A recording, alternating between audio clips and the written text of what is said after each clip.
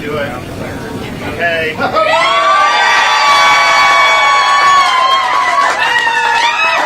Hello. Good to see you guys. Thank you. Thank you. Thank you so much. We're back in Sarasota County here in the south part of the county, obviously making progress and bouncing back, and we're really excited to be here at Pelican Alley Restaurant. I know Renee and Tommy are here with us. Where are they at? And they're back open. You know, you had a situation where you had a Category 4, almost Category 5 storm come through this area Wednesday afternoon, Wednesday evening. They had power on back 2 days ago, and now they're open for business. How many other places in this country would that happen? So I'm joined here with our Florida Division of Emergency Management Director, Kevin Guthrie.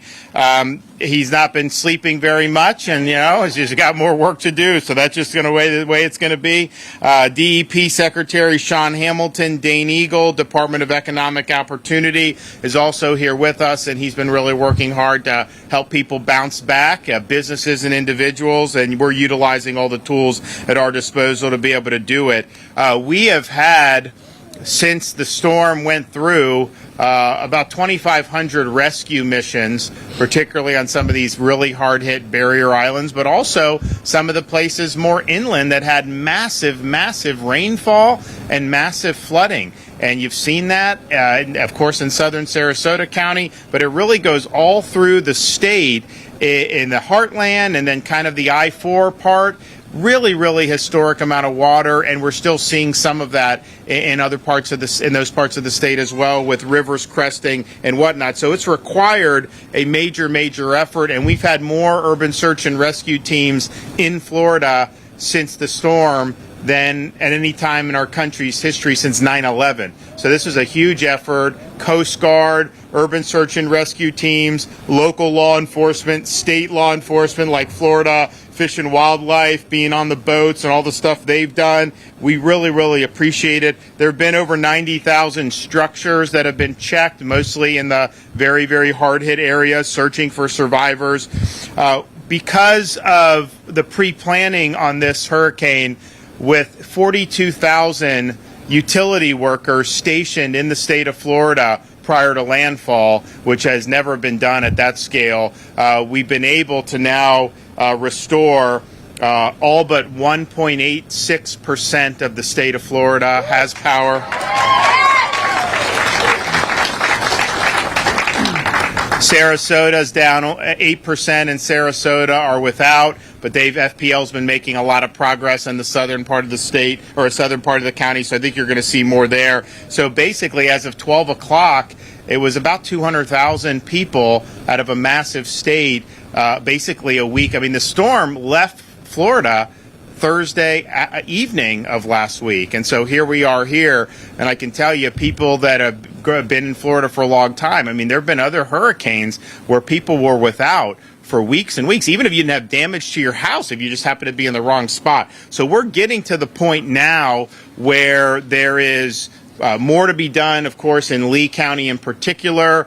FPL, I think, is almost totally restored in Lee County. Some of the areas they have, like Fort Myers Beach, is going to require a rebuild, and it's going to require maybe the homes to have something happen because they may not be able to take power. So they've gotten most of what they can get done, almost all what they get done. The electric cooperative in Lee County, we brought in, I told Kevin, I said, we got all these great linemen in the state. They're finishing all these other areas. Don't send them back to Texas or Alabama. Send them to Southwest Florida. So they've been coming down. They're helping now get it done. And so you've seen, because we've had parts like in Lee County, you had Cape Coral, Dane Eagles from there. I mean, you had tens of thousands of households without power. I mean, maybe 70, 80,000 at the height. And I went down there the other day. We announced that there's 1,000 additional electrical co-op workers that are surging in. And then Duke Electric, they're putting in like 3,000 to help this Lee County Electrical Co-op. So there's more linemen now in those parts of Lee County than probably anywhere per capita in the country right now. And that's important because we want to get everyone up. So hopefully we'll see more progress there. You do have parts of the state, Sanibel, Pine Island to a lesser extent, but still significant. And then Fort Myers Beach, where you had a really significant downing of power lines. I was on Sanibel in person yesterday, and you'd have concrete utility poles just snapped in half, strewn all over the street. So that's going to require a lot more effort. So what we did with Pine Island is the bridge that was going from the mainland to Pine Island was washed out by the storm, one of the road there. So they were talking about evacuating everyone off the island, all this stuff, and that was not going to fly. The folks didn't want it. They wanted to be in their homes, and so they asked me for support that if we could get the bridge back. And so we said we would do it. We did an emergency contract, and we did it in 3 days. So now it's open, and they're doing it more.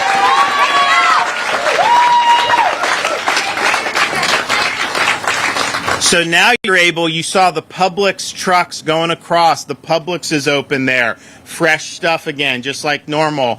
Now you're going to see more power crews be able to just go in there. We have taken via Chinook helicopter utility workers onto Sanibel, and they are looking. But I mean, that is going to require a massive effort. So Kevin Guthrie and I are talking about what would they need to get all the equipment that they need to get that power back on Sanibel. We may do something temporarily that's using generators in the meantime, but you're probably going to need almost like an amphibious landing craft like the Marines use to load up like dozens of utility trucks, bring it to the shore, and then let them go do their thing. So we're working on ways to do that. We may be asking the federal government for help with that. But my view is we are doing, just like we did with Pine Island, I've authorized repairs to the Sanibel Causeway. So you have it was severed in 3 places, and there's no way to get to the island without having the causeway. So I don't want to have it out for a year by doing a new bridge or something. So we're going to do something like we did with Pine Island. It's going to take a little bit longer because it's a more significant effort. But in the meantime, we want people working on the island right now, debris removal, electrical, and continue working up until that bridge, the temporary repairs are done. I don't want to do nothing for 3 weeks or however long it's going to take and then say, okay, now you can start going. So we're working on ways to get more people there right now, but they're already there, and it's something that's good to see. Some of the damage when you're on the ground is more extensive than if you just fly over in a helicopter. You see massive debris, particularly on Sanibel. There's a lot of vegetation there. and I mean the power lines are just everywhere. So this is going to take a lot of TLC. But my view is we got to have all hands on deck. We got to get all these communities moving forward. You can't, if you just let it toil, then that's how they end up maybe never coming back. So I think there is a sense of urgency on it, and we're working across the board with all those. We had problems in Lee County with the water. They weren't getting water going into the homes, and so I told Kevin, I said we gotta help out here. So they got one of the best engineering firms in the country, people from MIT down there. They've restored the water, so everybody has water now for the county, and they're working on getting that water pressure up. They're going to be doing that, so we should be in really good shape there. And to have power and water, you can fix kind of your home a lot easier if you have those two things. If you don't have that, it makes it more difficult, and especially the water, because it's just basic hygiene. So we're happy to see that moving ahead of schedule. We also are happy because of the swift power restoration. FDOT has cleared 5,000 miles of roadway. We've been able to basically bring businesses back at a record level. I remember I was in Cape Coral the Friday after the storm had left, Wednesday night. Friday morning, Publix was open in Cape Coral. I go down to Fort Myers, and we're actually at the point, because all the stores bounced back so quickly, we set up these pods, points of distribution, where you could drive in, they'll give you water, give you food, tarp, whatever supplies, and people appreciated that. But we're now in a situation, because all this has come back quick, that counties like Sarasota are saying, no, we don't need the pods. Take that to people that may need it. So Sarasota asked us to close. We have all the pods in Sarasota closed now? Yes, sir, I believe so. Yeah, so that's fine. I mean, with the counties, they know what they need. So that's a good sign. I mean, you think about it, normally in these disasters, it takes a week to even get the pods set up. We had it set up, 36 hours after it left the state. And that's it. So now we're in such a county saying, hey, thanks, we got what we need. But the stores being open, I think, has been huge. And so here at Pelican Alley, they're back and they're ready to go. And I know a lot of people are excited to be able to go. They're going to host a concert on the stage back here for the first time since Ian hit. And that's going to help provide a great sense of normalcy to the community. People want to be out and about and get back to their daily lives. And so they're able to do it, and we appreciate them hosting this and others that are doing other stuff. I mean, I know that Collier County, they're back in school today with their Collier County schools. They're going to do football Friday night and all that, and that's fantastic. I know we're working with Charlotte and Lee to make sure they're back, and Sarasota. We need to get the kids back in school. If there's damage to a school and you need another classroom or two, we have the ability to do temporary pods where they can go in, and so you can keep kids in school, because there were very few schools that were totally destroyed. There were some in Lee County. Most of it, maybe there's a roof here or there. We can repair that, but in the meantime, let's get the kids back. So Kevin is working, Manny Diaz, Department of Education, all working to make sure that folks are able to get their kids back. And I tell you, talking with some of the families displaced, the kids, they really want their kids back in school. I mean, they're in a shelter, the kids are there all day. Getting them back in school is like a huge thing for the parents too, particularly those that have been the hardest hit. So we're working hard. We'll provide whatever support we need, but we understand that that's something that's very, very significant. We were very pleased to see the outpouring of support that we've had from private organizations. So I was just in Charlotte County. There's a group called Team Rubicon. They're a disaster relief organization, and they utilize their workforce as basically veterans, and they descend on areas in the aftermath of natural disasters like this. So we had a Vietnam veteran whose home had a lot of debris, had some problems with the electrical hookup. So we had an electrician there helping out with the power, Team Rubicon clearing all this debris, and this guy's back on his feet. And so they're doing that in communities all throughout Southwest Florida. So I want to thank them and all the other groups who are working so hard. I've met people from almost every state. I mean, it's amazing to see, being like a rural county like Hardy County, and I'll see firefighters from Oregon in Hardee County, in the heartland of Florida. And you think that's incredible. So many people from other counties have come, other states have come to help, and it's made a really big difference. We opened within 6 days, which we think is a record for a storm of this magnitude, a disaster recovery center in Fort Myers, and that will have FEMA assistance, business assistance through Florida's programs, and then Jimmy Patronis, the CFO for Florida, has all the insurance carriers there. So, I think most of these claims in this part of the state are going to be flood claims, not necessarily wind claims, but they have the private carriers that are mostly the wind insurance, but also National Flood Insurance Program for those flood claims. And so we are preparing to open 2 more tomorrow morning, one in Sarasota County, and that's going to be at Suncoast Technical College in Northport. We're also going to open up another one in Fort Myers at the Fort Myers DMS building on Victoria Avenue. There will also be one in Charlotte coming up this week as well. So these are, you don't have to go to these. You can do this online. You can file claims with FEMA, with your insurance, with flood, all that stuff. But if you have questions, there's going to be the people there that are going to be able to help. And we appreciate everyone that's doing that, and we hope that those will go very quickly. We have Elon Musk provided 375 internet devices for the satellite.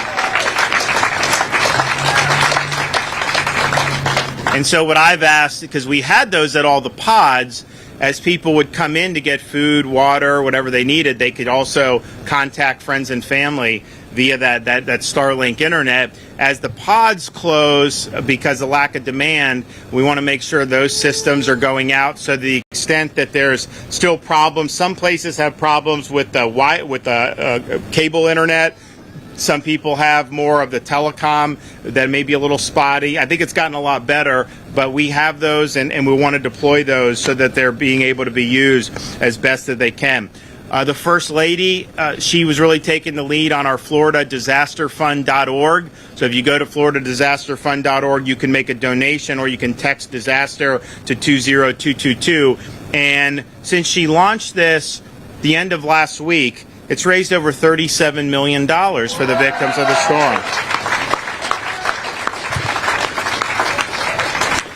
And there'll be more on the way. And so that's the type of money that can go. It could go to a group like Team Rubicon to help them expand operations, to help people fix their homes. The thing about the storm and where it hit is it hit areas that have a lot of elderly residents. And I've met a lot of the folks.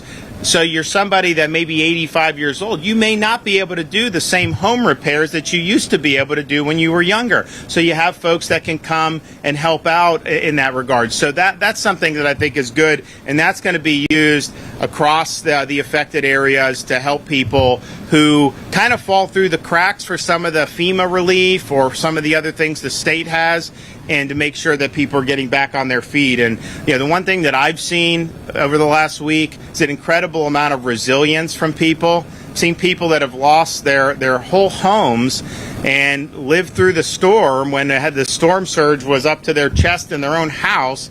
And the only thing they can say is thanks everybody else for everything everyone else is doing. There was no, oh, woe is me. It was, we really appreciate that we have great first responders, that we have folks that had a lot of support for them in this difficult situation. And I think the attitude is, by and large, sometimes in life you get knocked down, and that's not really what counts. What counts is, are you going to get back up? Are you going to get back up and shoulder on? And people are doing that.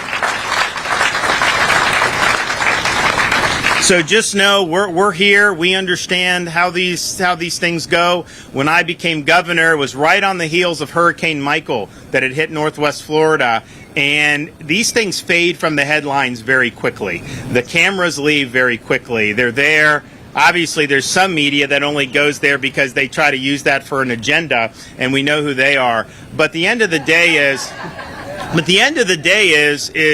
there's going to be other things that are going to happen. There's going to be things. And what I told the folks in Northwest Florida when I became governor is, I understand this is still very real, even months after it happened. And there's going to be a lot of TLC that's going to need to go in to getting the communities back on their feet. So we've done, I've been there so many times throughout my 4 years as governor, and we're continuing to do things to help them rebuild. And you know what? They've rebuilt very well. I think they've bounced back in a really strong way. People have wanted to be in Northwest Florida more than they've ever wanted to be. So the pathway, I think, is very, very clear. And especially, you're talking about some of the areas that got hit are some of the number one areas that people have wanted to move to over the last few years. So there's a reason for that, and I think people, by and large, have the view that that they're just going to dig in and we're going to get this right. So there's going to be a lot we're going to do over months and even over years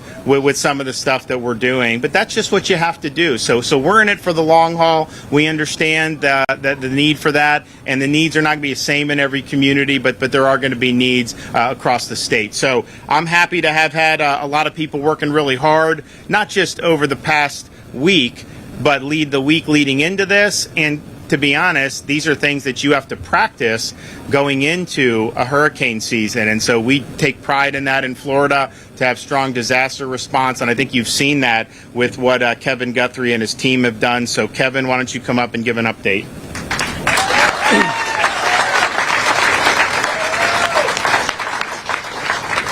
Thank you, Governor, and thank you to the two secretaries beside me. They've been here with me the entire time, including the time leading into this particular disaster. So thank you, Dane, and thank you, Sean, for your coordination, cooperation, and help. More than 4,900 mission requests have been put into the State Division of Emergency Management. About 4,000 of those have been completed, and the rest are being processed and completed as quickly as we possibly can. I continue to be amazed by the coordination and collaboration between not only our state partners and local partners, but also private partners. Everyone is, as the governor has said, everybody, it's all hands on deck. I mean, even just recently with this Vietnam veteran, we called at 2 hours notice a group, power design group out of Tampa, and said, hey, we got a Vietnam veteran that needs help. Can you help? They dropped everything they were doing and rushed right to the scene and started installing an electrical panel and a generator. So again, my thanks to Bobby Bryan and the power design group for their help early this morning with that Vietnam veteran.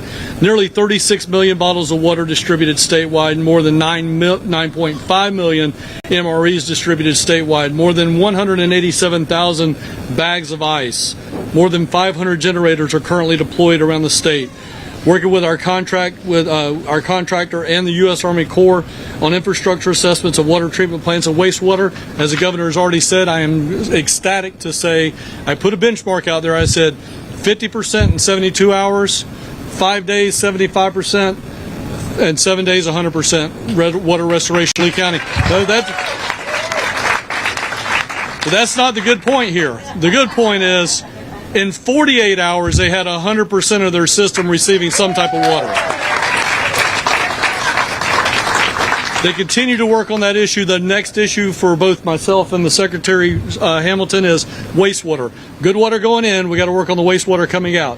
So we have hundreds of pumps deployed on lift stations, trying to help make sure that the water that goes in, that turns into dark water coming out, we can take care of. So really, again, want to I appreciate Sean's help on that, getting that done. 11 fuel depots for first responders, 2 fuel depots in Arcadia and Dunbar, with 1.4 million gallons of fuel dispensed, more than 240,000 IA registrations to date, with over $70 million passed out. How do you apply for that individual assistance, you might ask? Let me tell you. First of all, homeowners and renters with insurance. You have insurance. You're still encouraged to apply and let us know what your unmet needs are. Go to the Disaster Recovery Center is the first way to do that. Go to a mobile registration intake center, another way to do that. If you have internet, then you just go simply to disasterassistance.gov. Disasterassistance.gov. You can download the FEMA app. If you have no internet, but you have a phone, then call 1-800-621-3362. Again, that's 1-800-621-3362. Do not give up on that. There are a lot of long wait times there, but continue to call. Do not give up.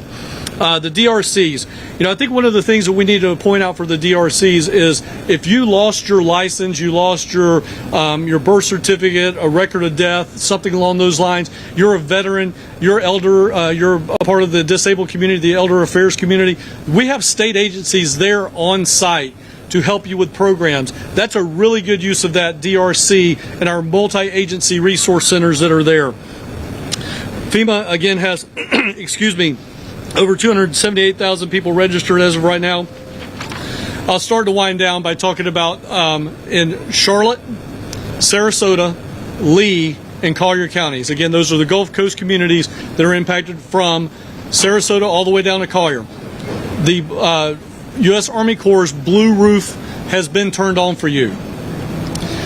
If you need some type of assistance with your roof, you can call the following number: 1-888-766-3258. That's 1-888-766-3258.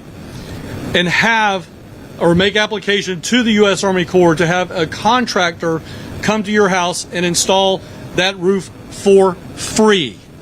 For free. If somebody comes to your house and they say, I'm here with the U.S. Army Corps to install a roof on your house, I need $500, I need anything more than 1 penny, you tell them to pack sand, turn around, and leave. Okay? It is free. Do not fall into that. Lastly, I just want to, again, I appreciate the governor. I appreciate his leadership. He has been with us the entire time, giving us direction, telling us what his intent is. We've been executing on that intent, and I really, really appreciate all of his leadership as we've continued to respond to this disaster. Thank you, Governor. Okay.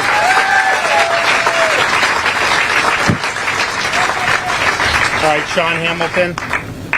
Thank you, Governor. And just to echo a couple things from Director Guthrie, there's a simple leadership formula, right? The right leader at the right time during your greatest need.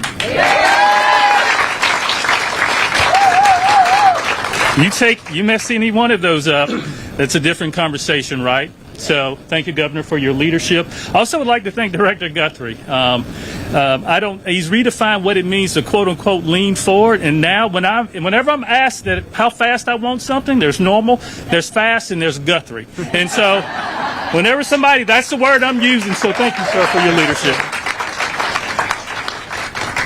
And I know I speak on behalf of all of the secretaries and the other agencies and the many public servants that are not here today, that we stand beside you and we will be here. This is our community as well, and you are our family, and we will not stop until we know we are made whole. So again, you can count on us being here shoulder to shoulder. Kevin mentioned the coordination across state, federal, and local agencies. It has been phenomenal, and again, the resources you're hearing about, it's because of this leadership, but it's also because of the support and coordination that we're seeing across the board. I would like to share a few details about what we're doing and what's going on. You hear about power, right? Power is important, but I have to believe a close second is water. That is a very close second. So the effort to restore drinking water resources is nothing short of phenomenal. There was a question asked, and candidly, there was a lot of concerns that we're not talking days, we're talking weeks and months just to see water going through pipes. And to hear what Kevin's talking about on the restoration, that speaks to the efforts of a couple of different people. And I just want to call attention to them because they're working in the shadows, they're working at night, they're not sleeping, and those are some of the same folks that suffered some of the same impacts. And so your utility workers who are part of your community should be acknowledged, and when you see them, please thank them. Again,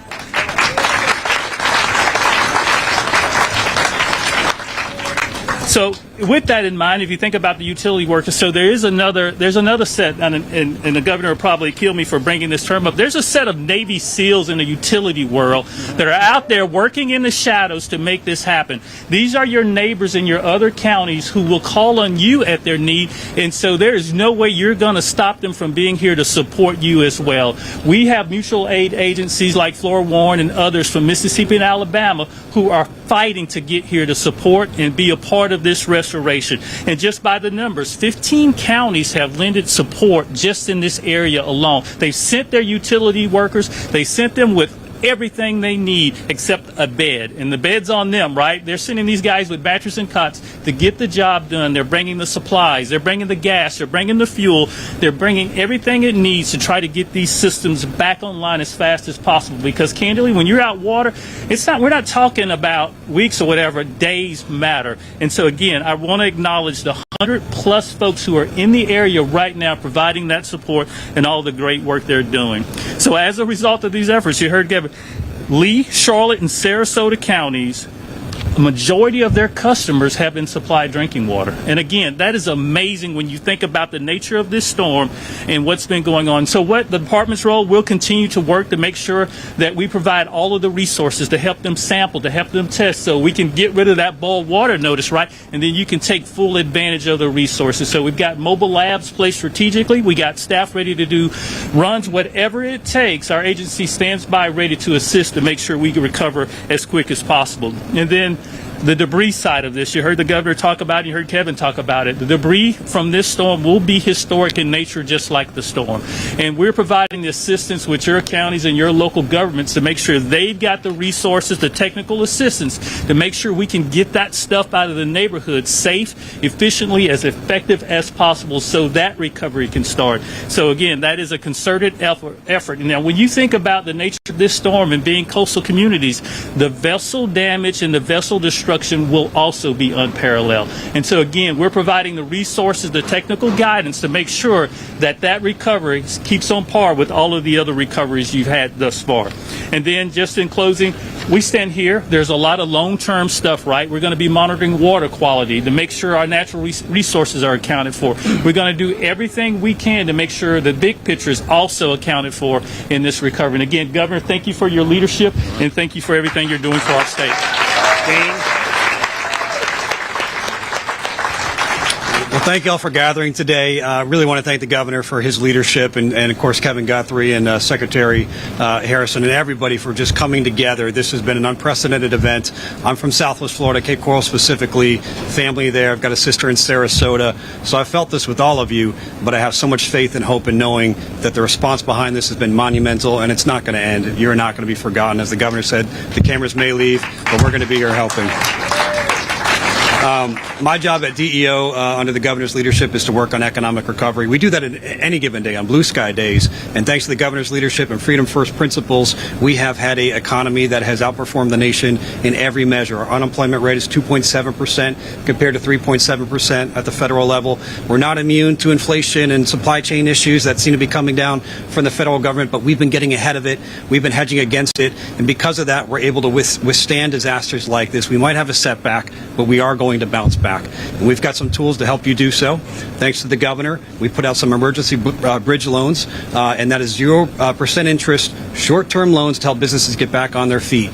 Now, I know there's businesses like this that may have had a lapse in income. There's businesses on Fort Myers Beach that no longer exist, and we want to stand by them and make sure that they can get back up and running, sometime in the short term, some in the long term, but there's other things we can do to help. So please go to floridadisaster.biz, floridadisaster.biz to learn more about those bridge loans. And if you can't get to the internet, we've got the disaster recovery centers. One's in Lee County now. We're going to have one in Sarasota County, as the governor mentioned, Charlotte County, Collier County. We're going to be on the ground helping.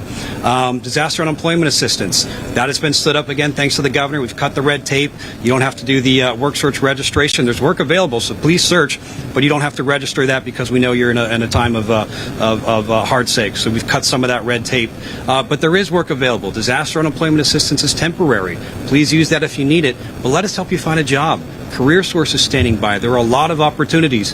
Kevin and I were talking. There are going to be a lot of vendors on the ground for the foreseeable future helping with cleanup efforts, helping to do certain things to help communities get back on their feet, and they need people to help. So let us connect you with them. We can do so at these disaster recovery centers. You can do so by contacting DEO and CareerSource. And also, if you want to self-report, we encourage people to do so. We have a business damage assessment survey. So far, we've had about 2,000 businesses report about $300 million in damage. That's significant, and it's probably more than that, but that's what we self-reported so far. Please let us know so we can dig in deeper and see what we can do to help, because we're not going anywhere. We know that you need our assistance. Government can't do everything for you. We know that. We need you to take the first step. We're going to be standing by you and making sure that you get back on your feet, and that's thanks to the governor's quick leadership. So thanks for the opportunity. I'm also glad that effective Saturday, we instituted our gas tax holiday in the state of Florida. And so we now basically, you don't pay the state portion, so 25 cents off every gallon. And if you look at our prices, if you look at the prices in Florida, since that's gone into effect and been internalized in the market, we have the 5th lowest gas prices in the country right now. So, and I actually saw it in different places I was driving. I don't know where, so I don't want to send a crowd, but I mean, I actually saw it at $2.99. I have not seen gas under $3 in a long time. Certainly, I don't think since January 20th of a year and a half ago. So that's just the nature of it. So we're glad that that was in effect. We think that that will help people save money over the course of this holiday. And of course, we're going to do a lot more. We have a lot of other tax relief that's been in effect as well. We no tax on diapers and baby items for the for the young families, which is really, really good. I've also have a proposal for next year. We want to make all of the baby items, including cribs and strollers, have no sales tax permanently. That's what we're looking to do. We're also going to do, we think, for a year, no sales tax on any household item under $25. So you think about the things you buy, that'll really add up over the course of a year. We're also doing, and not every place has the same amount of toll roads throughout the state, but for commuters it can hit them. So we're going to slash the tolls by 50%, and that'll save people potentially hundreds of dollars. Some in South Florida, probably $1,000, $1,500 a year with how much those tolls are. So just all thinking about ways that we can help lessen the burden when you're in a period of really sustained and runaway inflation. You want to be able to help people with those burdens, and so we've done that. And I think the gas tax is a good thing. And you see what OPEC is doing. Unfortunately, I think that this is likely to go up between now and the end of the year and into next year. I mean, that's just what I would bet. I hope that's not the case, but I think that there's a lot of ominous signs on the horizon with that. Okay, well, we're happy. We're in the fight. We'll be back to Southern Sarasota in particular. We're going to continue to work with our residents to get everybody back on their feet, and let's charge ahead. But the spirit has been fantastic, and I think the way people have worked together has really been exemplary. So just as governor of the state, I just want to thank Floridians for how they've responded. God bless you all. Thank you. Thank you. Thanks. Thanks, guys. Let's go,